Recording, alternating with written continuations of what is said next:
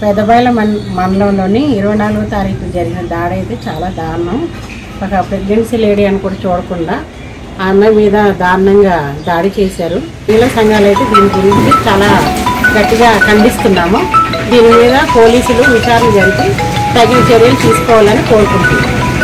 దీనికోసం మేము ఎస్పీ ఆఫీస్లో ఎస్పీ గారు కూడా కలవడం జరిగింది. ఎస్పీ గారు కూడా సీరియస్గా దీని యాక్షన్ తీసుకోవాలని కోరుకుంటున్నాం. నమస్తే అండి, నా పేరు స్వప్న. నేను దారాపల్లి ఎంపీపీఎస్ స్కూల్లో సెకండరీ గ్రేడ్ టీచర్గా పనిచేస్తున్నాను. అయితే ఈ నెల 24వ తారీఖున నేను సెలవు పెట్టి ఇంట్లో ఉన్న రోజున నా పనిలో నేను ఉండగా మా ఇంటి దగ్గర ఉన్న రోడ్డు మీద పెద్దగా అరుపులు వినిపించాయి.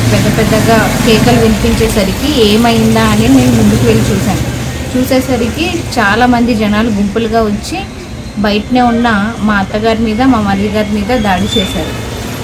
నేను అడుగుతున్నాను అప్పటికి ఎందుకు వచ్చారు, అసలు ఎందుకు కొడుతున్నారని అడుగుతున్నా సరే అటువైపు నుంచి ఎటువంటి సమాధానం లేకుండా అక్కడ వెళ్ళినందుకు నా మీద కూడా విచక్షణ రహితంగా వాళ్ళకి నచ్చినట్టుగా చెప్పులతో అయితే చెప్పులతో కర్రలతో నా మీద అనేక రకాలుగా దాడి చేశారండి.